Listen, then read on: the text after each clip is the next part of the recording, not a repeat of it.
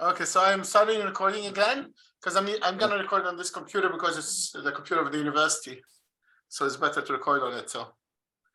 So we can start. Professor, Okay. you're Right. sure? You say. Okay. Very good. All right. So we're talking about the kind of complexity of emotions, social emotions, and I'm just focused only on one emotion today with rage, but obviously some of these themes can be extended with fear and hatred and aggression, obviously. So I'll return to share screen.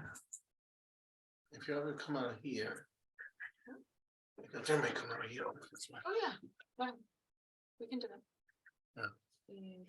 No, it's okay. Okay.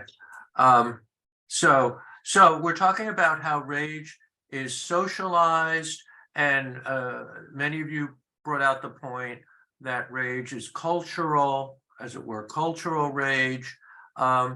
And also rage is, of course, psychological. And this is often neuropsychologists have done many studies, probably thousands of studies on the amygdala, which is a portion of the brain, which when agitated will basically evoke intense emotion such as rage. And this, by the way, these kind of emotions are not cut off from cognition. And this is an important psychological point that psychologists have shown that there is not a, as it were, hard and fast division between emotions and cognition. So people can have an understanding or a perception of their enemy through cognition, and that can be highly emotional and intensified. Anyway, that's a psychological point. But rage obviously can be manifested, and I mentioned contagion and so on, emotional contagion, and it can be socialized. So going back to the group, the Proud Boys, this was a picture, I think we showed this. So here is the rage that's manifested, obviously. This is very behavioral that we're seeing here. These are the attackers on January 6, 2021 at the US Capitol. And this was a scene just before they entered the Capitol and destroyed the buildings and so on. And this is just a sequence of events. So I could talk about this, but this is just about the sequence of events of that day on January 6th. We have, this is just a diagram of events that occurred. I'm not sure. I want to just go over this quickly, but this has been well documented about their violence.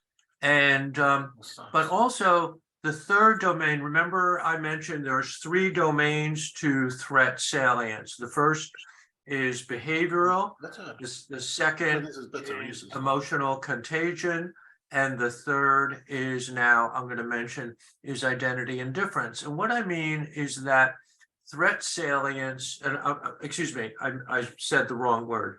Threat salience has those three domains of habituated action, emotional contagion, and now identity indifference. What I mean is that with threat salience, with threat narratives, the in-group basically self-positions as the seekers of truth, the warriors for justice, the defenders of the weak, obviously enemies of evil, and so on. And they take on their own characteristics. Threat salience is a form of self-positioning.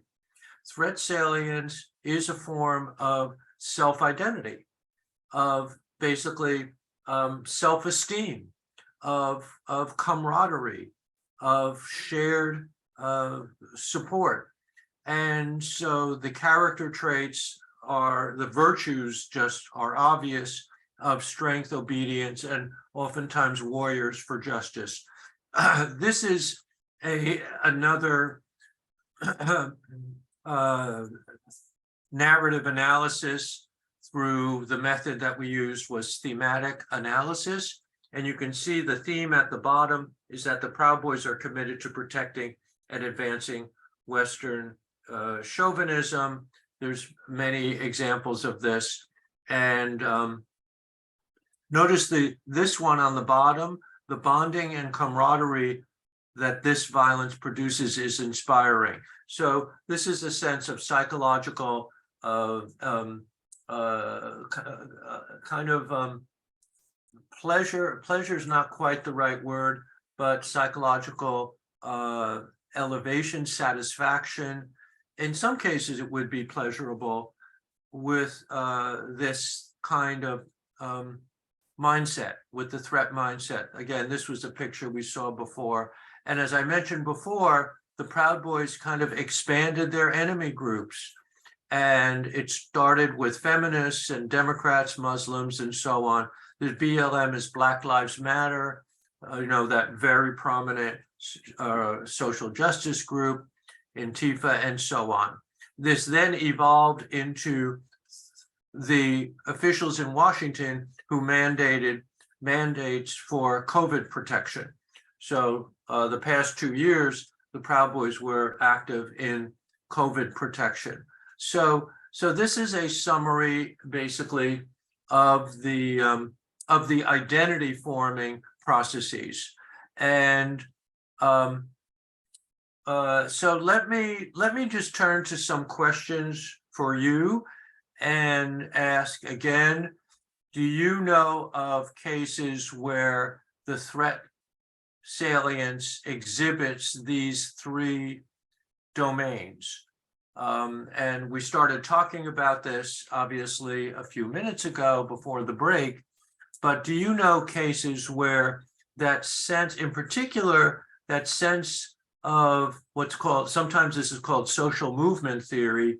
Social movement theory is a very prominent theory in sociology, political sociology, and that intersects closely with the formation of in-group identity and the construction of out-group difference, a long-standing theory of social identity theory, obviously. Do you know cases where the threat salience applies to other groups?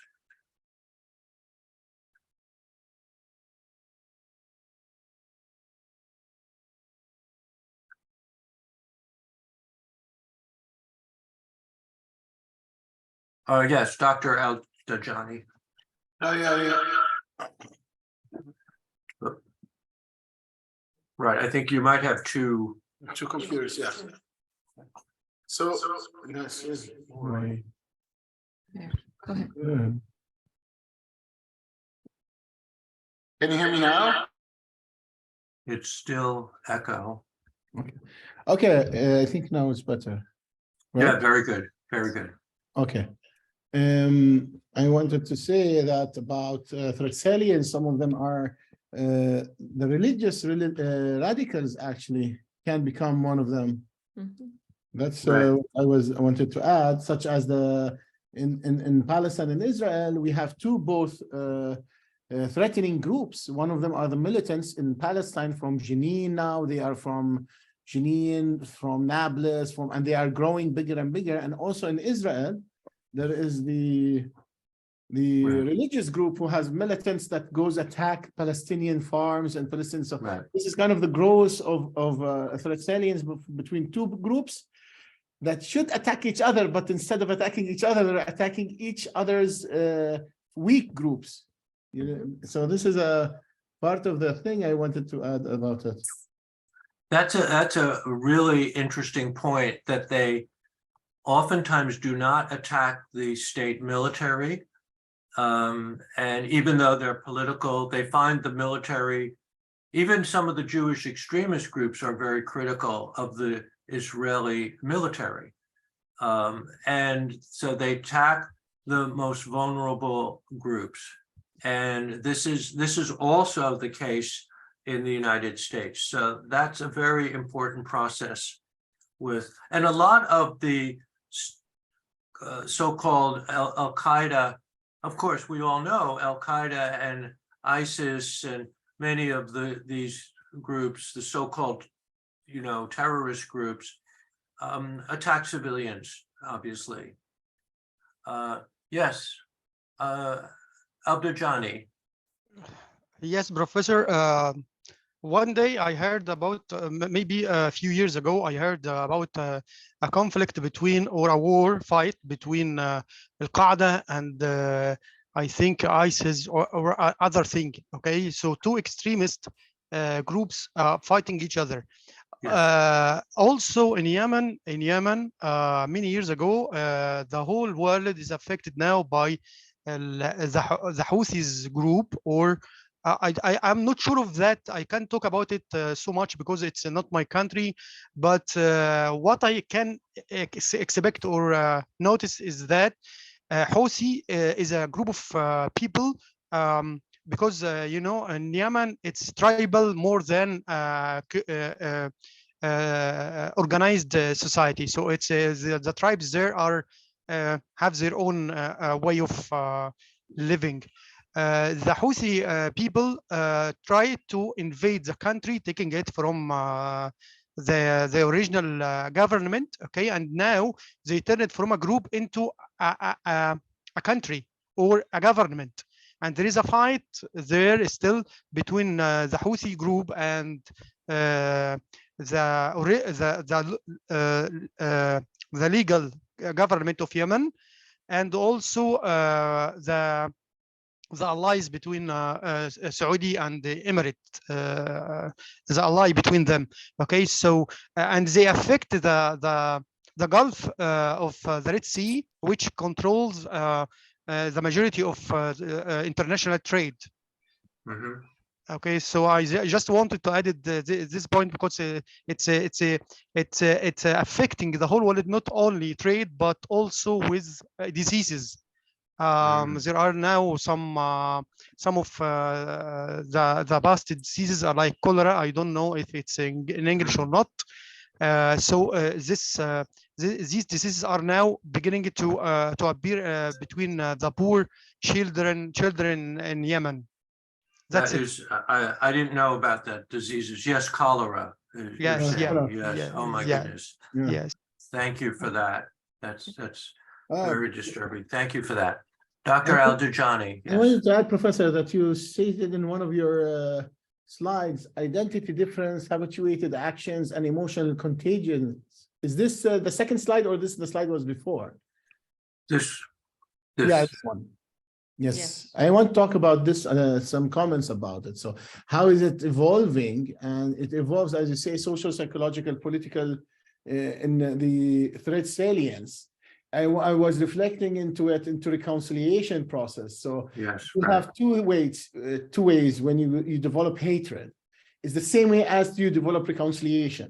Yes, So when like here, it's a developing hatred force or psychological, showing how the social, psychological, political transformation happens into more threatening assailants.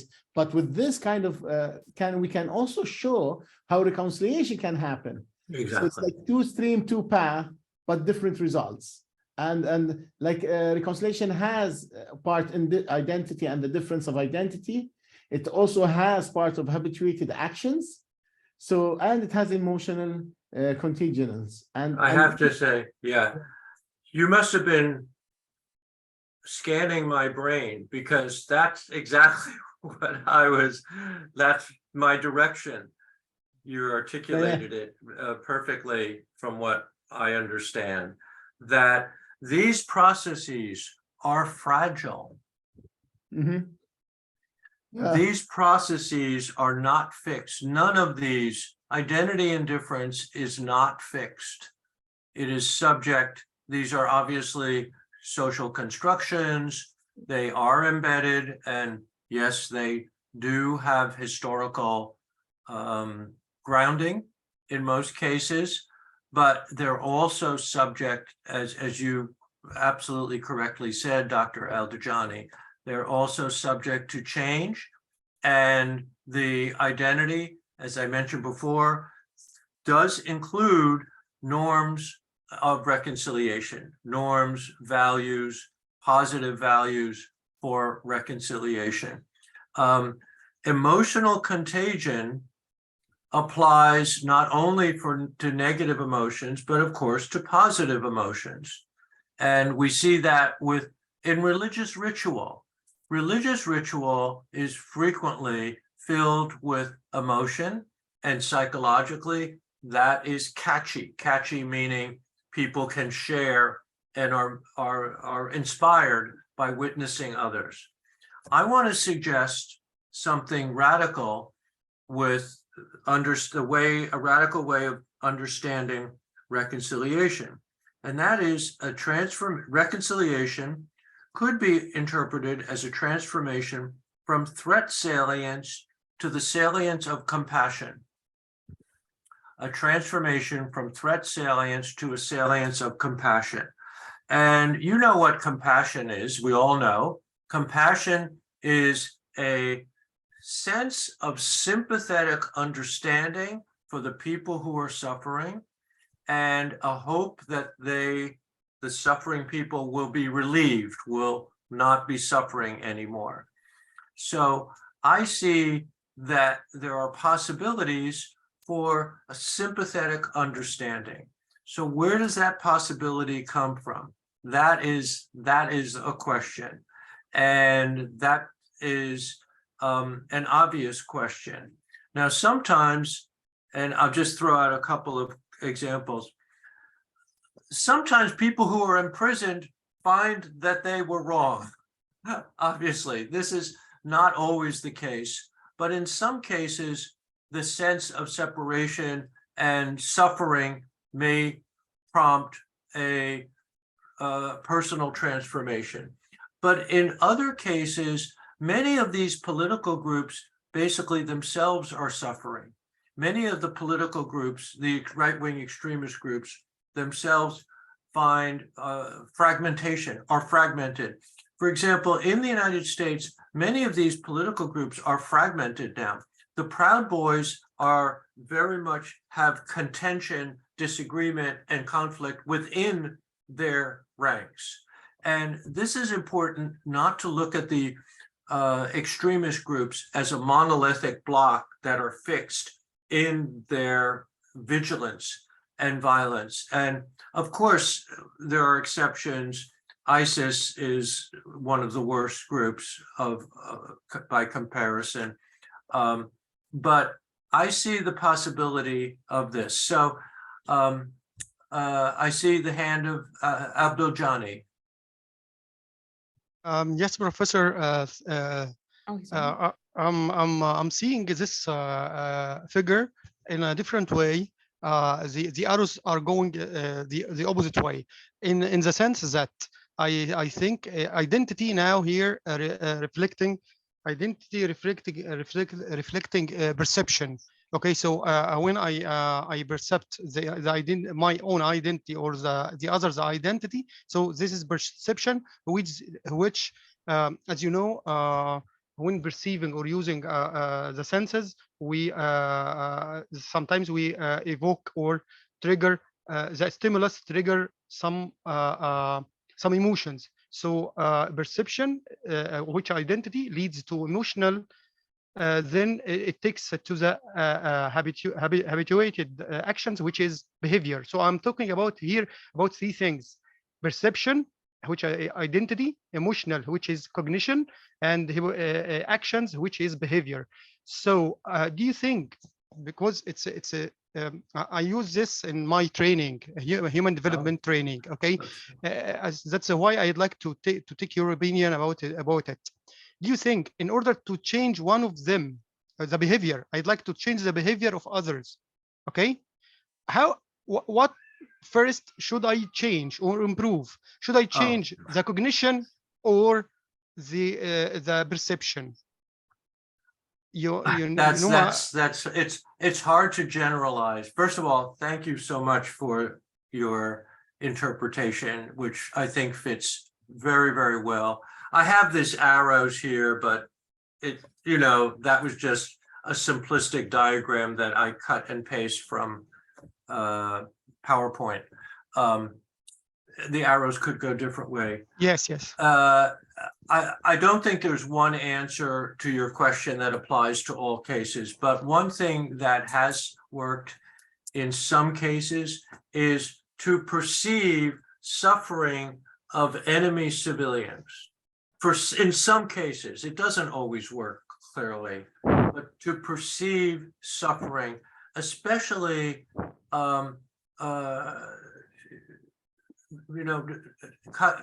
as I say, having debates with the enemy about the history of the conflict, I think is very unproductive. It oftentimes agitates this. But to actually witness, to experience, to see that the enemy civilians are dying from the suffering. And this could have, and obviously there's no universal generalization here, but this could have an impact on some people. So I think direct witnessing of suffering is a possibility. I have other, I know that's not a sufficient answer, but when that experience, let me give you an example of that's far removed. Now that I'm thinking of some museums of the Holocaust have been very impactful of extremist visitors. That is, when the Holocaust or museums about genocide in many countries have had an impact on some visitors. And there's studies about this. People are trying to study this. I know that's not an adequate answer, but I do think there are possible techniques. Let me go to another questioner. Thank you, Professor. Abdur Azak. Yes. Yeah, Doctor, I'd just like to comment on what has been mentioned by Abdullah. I think that the question could be like asked this way. It's not the way. It's not what to start with. It's what to change. What could be changed? What could be able to change? I mean, Right. When it comes to identity, I think it's the most fixed constituent. We cannot change our identity because our identity is almost settled, established. But the thing that could be changed is the habituated action. I mean, our behaviors, our Right. action. That we can change it. We can change it by resocialization. I mean, empowering ourselves and other with cultural competence, social competence, and so on. The same thing for emotional contagious, because there are a lot of intelligences, there is a lot of programs that enable us to change our emotion, and emotional intelligence is one of them. So this is the two things that we can change, we can transform, is these two things. But when it comes to identity, I think it's already fixed in us. Thank you a lot. Yeah, I agree. I think that is right. Habituated actions can be changed, obviously, by other actions, and they can be charged with emotion. I do think what could be changed is a sense of difference.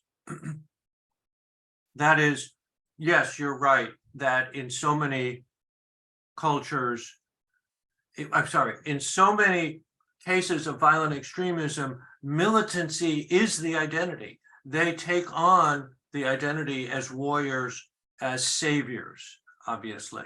So that identity becomes very strong. But what maybe could be changed is a certain dimension of difference. Do the enemy civilians, do they need to be killed? Now, this was a debate actually between the leaders of Al-Qaeda and the leaders of ISIS, that there were certain leading figures who had some disagreement about that.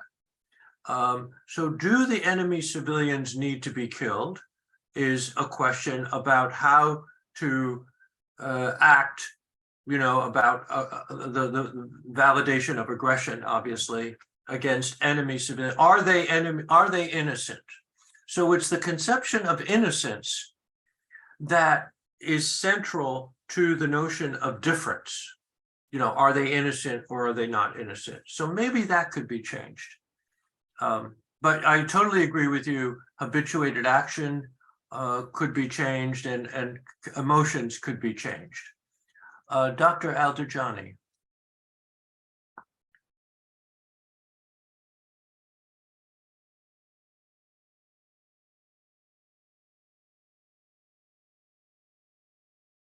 You're muted, Dr. Al-Dajani. Well, Laura's muted. No, There we So I'm go. not sure. There we so go. it's better Yeah, one. Yeah. There we go. Yeah, So okay. I want to talk about the reflecting on both Abdul Razzaq and Abdul Ghani and many students about how can they work on reconciliation process in the research. So this is like, it doesn't mean that, as Professor said, that it goes one beside the other, one behind the other. It's like tools of compassion of transformation. So of course, we cannot change anyone's identity or change anyone's, and that's not the purpose of reconciliation. It's not the changing. I see it's studying the identity and the differences of the identity. For example, in your research, your study first to develop reconciliation, you have identity and differences. And you have to know what is the identities and what is the differences between people that are, or groups that are in conflict. And then what is the habituated actions that you need to do or conducted towards the reconciliation process in your research project. So this is like how it can be combined. And then you have to reach into what is the emotional contagiousness that can happen within this kind of conflict or research that you are doing. So these three aspects as a tools of transformation, more than they are just one as to the other, or we are changing people. So or we are changing mind or changing identity. So no, it's not about that. It's about how a habituated reconciliation process can be in the middle of conflict. So I think this would be a very good example how to illustrate your research project into it. So in your research, whether in Lebanon or in Jordan or in Palestine or in Egypt or in Qatar or in Morocco, you have exactly, Doctor. And different habituation actions and different emotional, and you have to understand how reconciliation process happens within those three identities in your research. Then you can evolve your research more into this kind of transformation. And this is what I wanted to reflect into it. So that is, I think, an outstanding framing.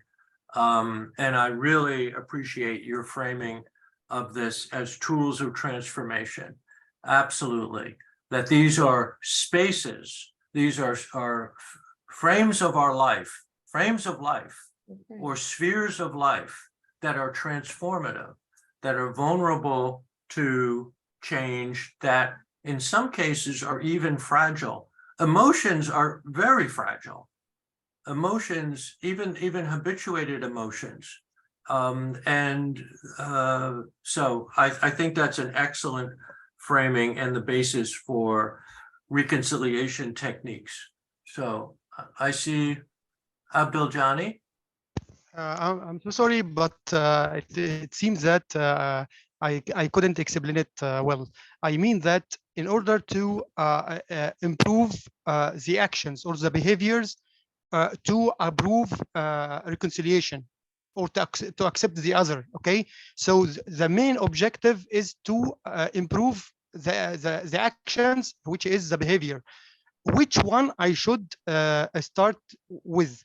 Perception, which is identity. Identity, I don't mean the real identity. Some people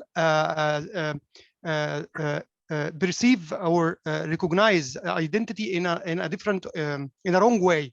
Okay, so sometimes there are fake identities which some people try to have or to show to other people. They are not the same identity, and or the identity of the other in front of me. So I don't mean I don't mean to change the real identity. No, to improve it, to recognize the real identity.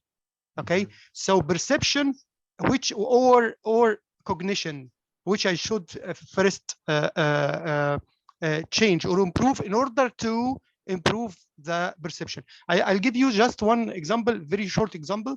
The Prophet, for example, our Prophet said in one of his hadith, speech, that a woman is gonna go hell because of a cat. Okay, she kept a cat in custody. She didn't provide her it with food or let it to go out to eat. So the cat died. The woman is gonna go to hell for a cat. If I give this example for ISIS or Qaeda, okay, this is Islam. This is the Prophet. It's an authentic hadith speech. So this is for a cat, an animal. What do you think of people if you are gonna kill civilians? Okay, so here I'm trying to improve their way of thinking, cognition. Right. They will recognize that, oh, in order to be a real Muslim, this is the identity. And in order to be a real Muslim, I have to follow the Prophet, not to follow a sheikh or to follow another leader or words which I'm not sure of. You know, this is what I mean. Should I improve the perception or the cognition first? I think this is my opinion, because of also I think it's taken from Quran, but I am not sure. It's my own interpretation. In order to God telling us in Quran that God is not going to change what the people are, the context, okay, your situation, unless you change what's inside you, the inner. Okay, so I think here referring to the cognition. If I changed my cognition, I'm going to change my perception. So I'm gonna change my my behavior. God says in one verse concerning the women, if a husband hates his woman, okay, you may hate her, but there is a lot of goodness in her.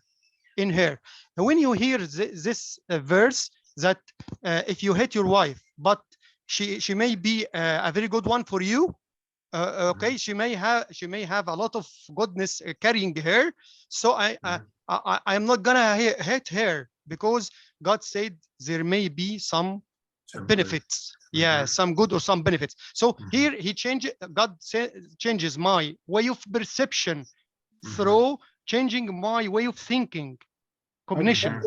That's what I mean. I'm so sorry for taking a lot. Yeah, sorry. Please do not take a lot of time, because there's a lot of students here, and we need to keep also the professor for other students as well. Thank you so much, Abdul Ghani. Thank you. Okay. Thank you. Well, yes. Well, I very much appreciate your interpretation.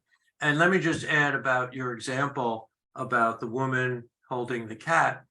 The power of that example is because of the sacredness of the text, obviously.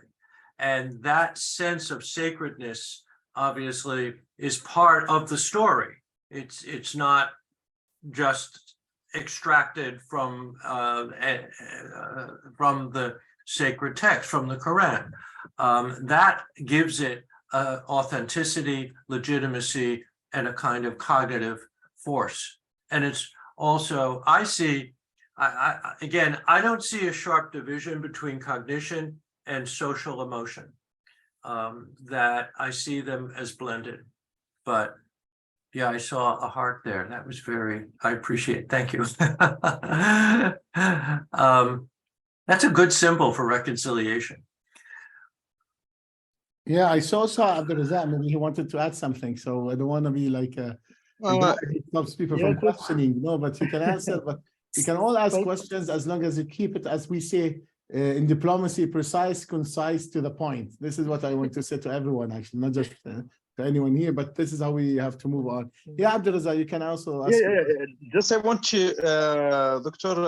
Ayad, just to thank you so much for all the time, most of the time, you are within my mind, and this is exactly the model that I'm following in my research paper, and in my research paper, because I'm starting off believing in the existence of different identities, and then I'm bringing different, different actions. Behavior in student, which is a kind of civic engagement.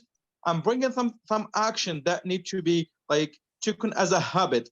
And this habit exactly what leads to the emotional intelligence and leading to reconciliation. Because when we change, the emotion and transform emotion, disruptive emotion and like disruptive emotion or something like this, we are leading to understanding other, developing empathy and sympathy and reconciliation. Thank you so much.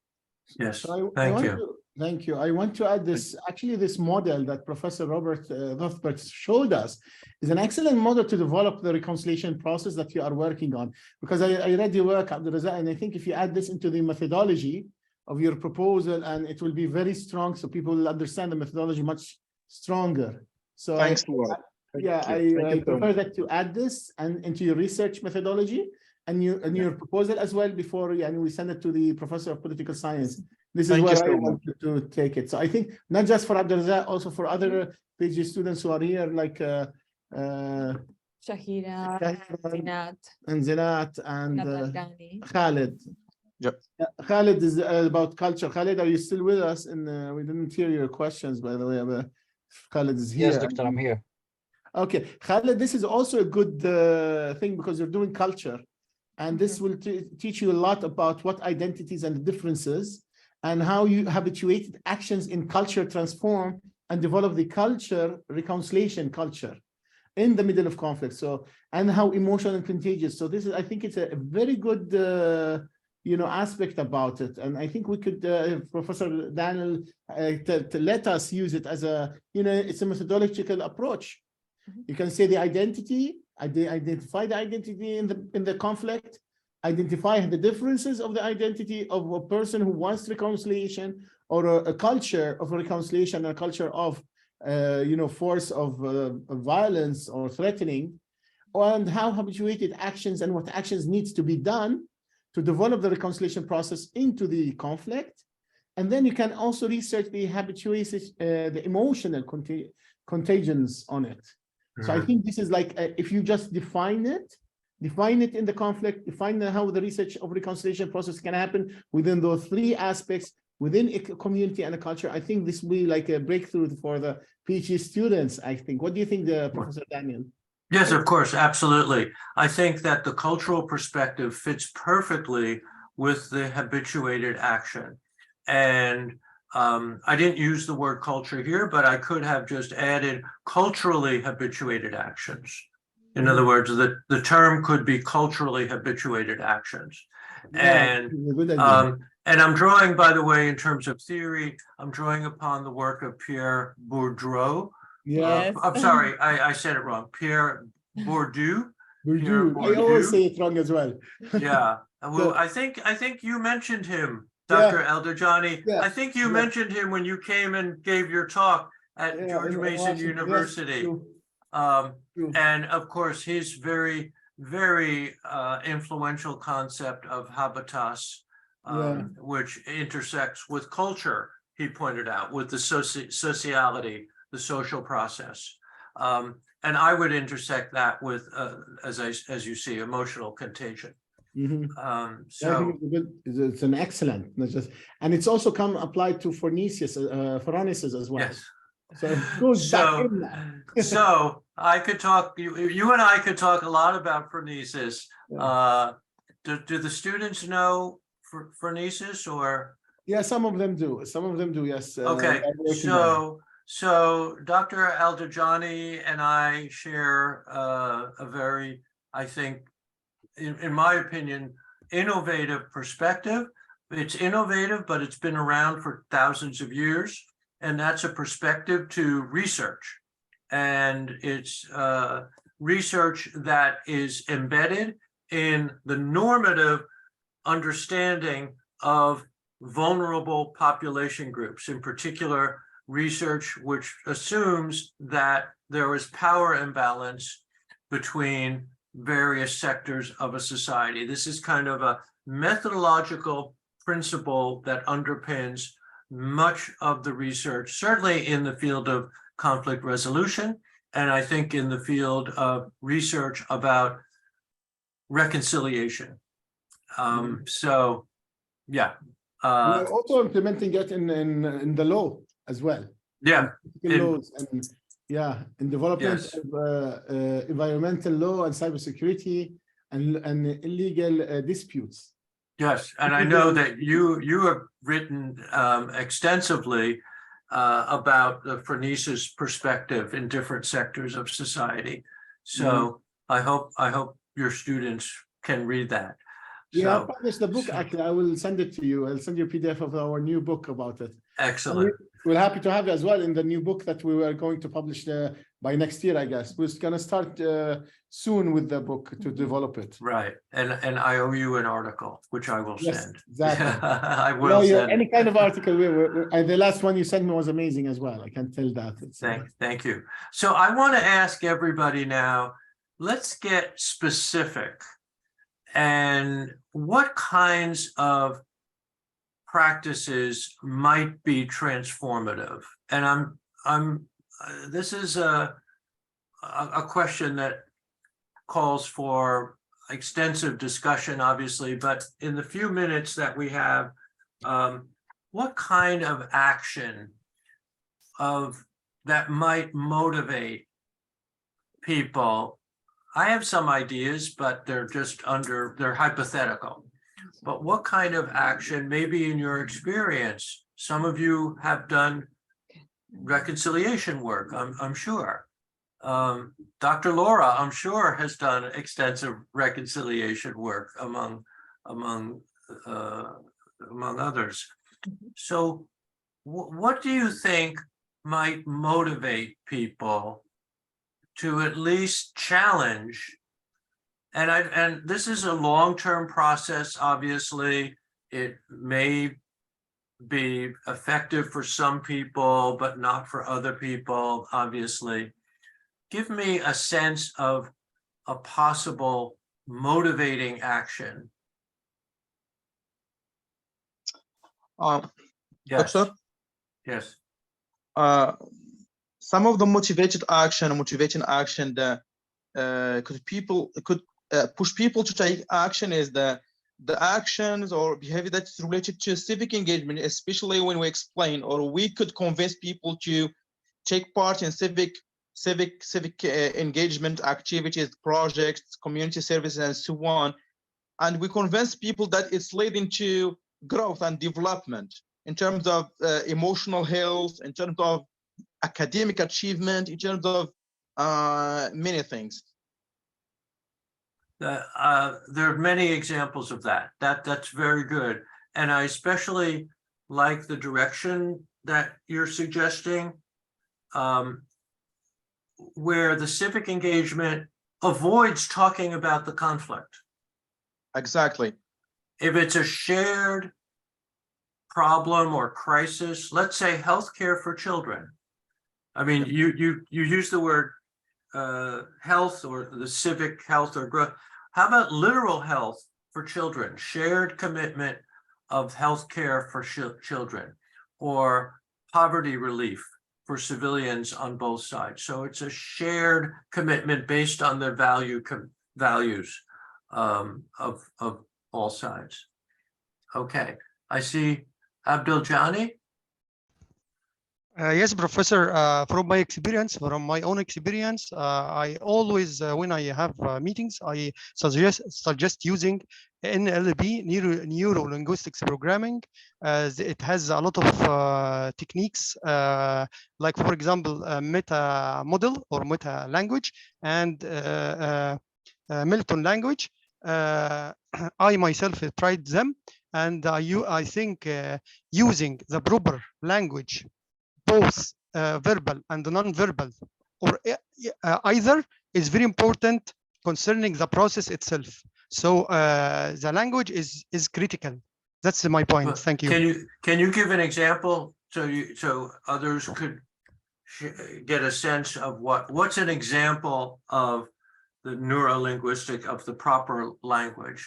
In neuro-linguistics programming, meta language uses the language of questions in order to bring it the main point to your cognition or conscious, because it fights some for example distortion when the speaker say something and distort or missing information and so on. So I give you more questions, then you may recognize some points which are not there in your speech or talk. The other opposite language, when I'd like to persuade you or to affect your subconscious, so I use Milton language in order to affect your subconscious. Okay, and this may help so much concerning the classical conditioning of Professor Pavlov theory concerning Pavlov. Okay, classical conditioning or Pavlovian conditioning. This helps so much in changing some of rooted emotions which are related to a specific stimulus and so on. Excellent, excellent. Doctor, I think that Abdul and I are talking about two different disciplines, because neurolinguistics has, let's say, it's different from secularism. I mean, let's say behaviorism. So he mentioned behaviorism and related to neurolinguistics, which are like two different disciplines, because neurolinguistics has something to do with, I mean, language deficiencies like aphasia, something like this, and how to correct this kind of deficiencies. And behaviorism has like it's yes, what you are talking about is the branch of linguistics, English linguistics. Okay, but I'm talking about a neurolinguistics programming, which is found in the book of I think it's a science, it's a theory. It's in neurolinguistic programming, because in NLP, yeah, in NLP. I learned about neurolinguistics, psycholinguistics, and so on. So that's why it's just two different. I mean, two different, let's say, concepts. Neurolinguistics and behaviorism is like, yeah. And thank you so much, Abdul Ghani. Yeah. Thank you for that insight. I see the hand of Zinat Hassan. Yeah, we can start from the basic needs, because people need access to water, to health, also to education, and this needs stability. So from this point, we can start the reconciliation and convince people, the grassroots, to engage in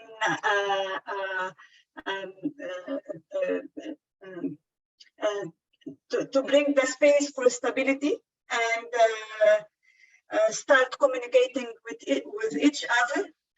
For example, for families from same members of the family are in the different spaces. So reconciliation or stability, I can say, allow them to meet again. So this is from emotional part, and the basic needs is the most important part. If we start from this idea, we can start reconcile. Right. Yeah, very good. The sense of shared basic needs. Not I assume you're talking about not just parochial needs, but shared basic needs. And one basic need that I think is really important is a sense of the secure and shared future. The sense of the future is a secure and shared future is very, very important in promoting this. So I'm going to stop sharing now so I can at least see larger screen. Right, you have a number of ideas. If I may say, we have something at our school called a Laboratory for Peace, and our lab is called Transforming the Mind for Peace.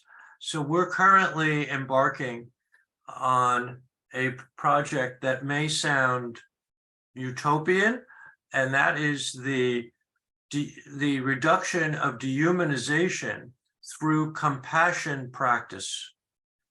So there've been a lot of work about the psychology, the neuropsychology of dehumanization. It's been actually shown to be in a part of the brain. And there's also been work in neuropsychology on the positive impact of compassion practices. And there's many techniques to promote this. There's stories, there's sharing of information, there's questioning, and so on. And we're trying to study the neuropsychology of the changing of the brain through compassion practices. And this has never been done. We are in the early stages of this experiment. It might not work. And the context here is in the United States with the conflict between Democrats and Republicans, that is conservatives and liberals. So that's our current project. I don't know what will happen. We will do this. I don't know what the results will be. Obviously, every experiment, of course, is a risk. So, okay. Yes. Well, I think we've had a really amazing discussion. I am so grateful for your insights, and especially I'm very, very grateful that you took some of the ideas that I had and basically extended it to conflict settings of which you are experts. And I thank you so much for Thank you, that. Professor. Thank you, Professor. It's Rothbart. excellent. It was Thank excellent. you so much, Professor. Thanks a lot. Now, I'm happy to, let me put just my email in the chat. So, there's a lot in the chat, and I'm sorry I wasn't able to follow at the same time. I can talk and see, but the three things is a little challenging, but no, I think it's more about comments. They were just comments about connecting. okay. So feel free. I would appreciate if you sent any articles or examples that we discussed. It would be my pleasure to read those. Thank you so much, Professor. Thank you. Thank you. I would like to, as well, we appreciate you being here. As also, we're gonna wait for your article to come. Yes. out. Yeah, that's an important thing not to. And anyone who wants other questions with Professor Daniel, I think his approach is very helpful in our research as well. Mhm. It was an excellent observation with this habitus from Purdue. It's an excellent one. And I think it's like it's communication action theory for Habermas is connected to it. And it's also can be connected to the work of our students as well. So I think like we have many students in political science and in different fields, and that's why it's applied ethics, as we say. And I appreciate very much what you did today, and we thank you so much. And we'd like to have you again. And whenever you have time, we still have the sessions. We still have another 10 sessions. It's once per week, and we get some professors. And and we need you as well in our Amina to be more active. Yeah, in our Amina projects as well.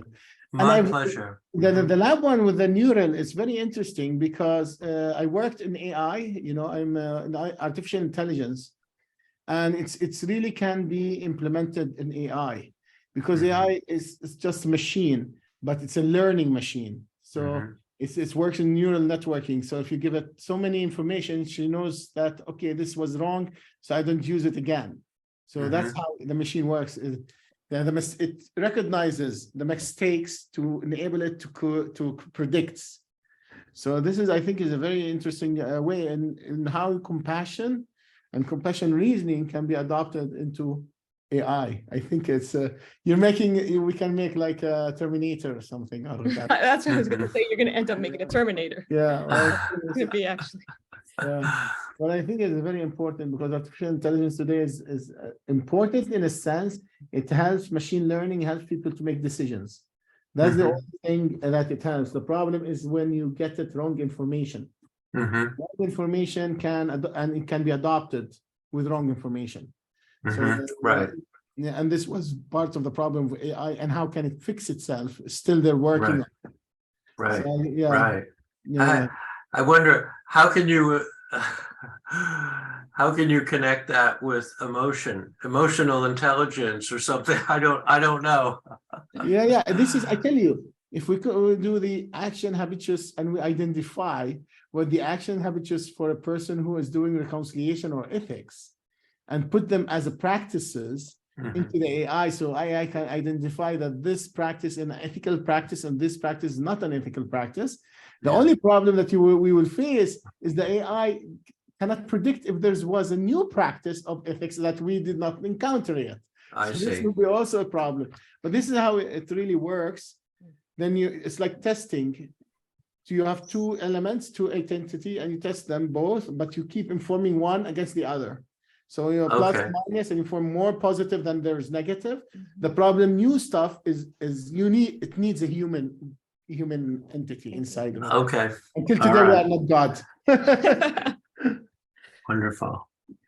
Professor Daniel, a little question. If we have a project concerning neural things, can we'd like to have a practical work on it in the lab? What should we do? Oh, that would be very exciting. It's possible. And yeah, please send me the project.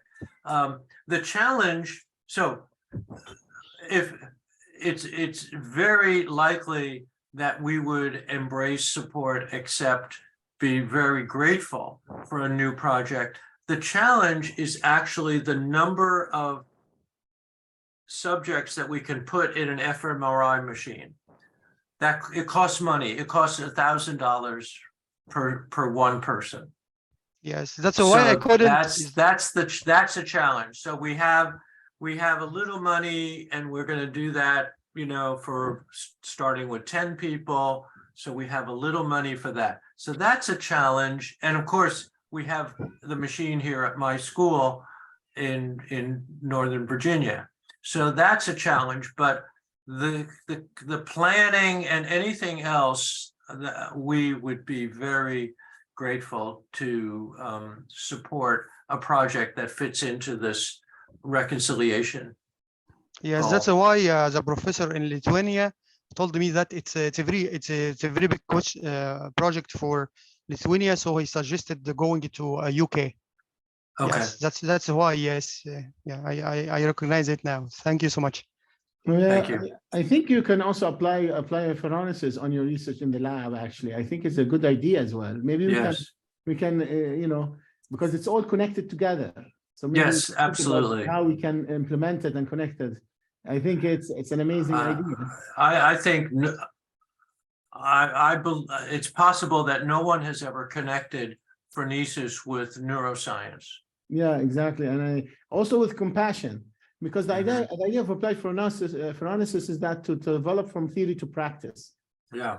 So that's the idea. They have a compassion and how to develop it from theory to practice. This is very good. We should explore this actually. That could be another article. Yeah, exactly. I was thinking of that by the way. Oh, you're thinking of that. Oh, I like. But you have to be, if you're going to be a part of it, I would love that. You are, no problem, of course. And of course, would love to have you as well. But we still need the article from you for the. Yes. I'm currently revising it, but Okay. I'll contact you later about that. Thank you, Professor. So thank you so much, Professor, for your time and for being with us. And would love you to continue being with us in Armenia as you are part of us. And if you wish, we can also add you as part of our scientific board in our website. I show you our website so you'll know. My pleasure. Thank you. Thank you for that kind invitation.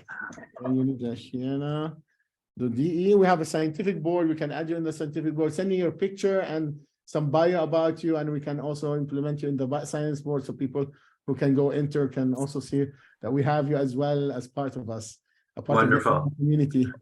Wonderful. We do like a symposium as well every 2 years, and you are more invited to participate in our symposiums. We have over 40 universities participating in this symposium, and then we develop a book not about the symposium, but about the research conducted on Right. reconciliation processes in the Middle Right. East. Wonderful.